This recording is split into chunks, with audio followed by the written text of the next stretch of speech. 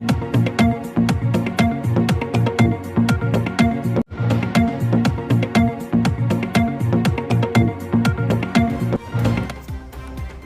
Club حبیبآباد کے سالانہ 2024 کے انتخابات مکمل۔ امجد علی چودھری صدر، ظفر اقبال بودلہ چیئرمین اور چودھری محمد اویس جنرل سیکرٹری منتخب۔ پریس کلب حبیبآباد کے سالانہ انتخابات باہمی مشاورت سے مکمل ہو گئے۔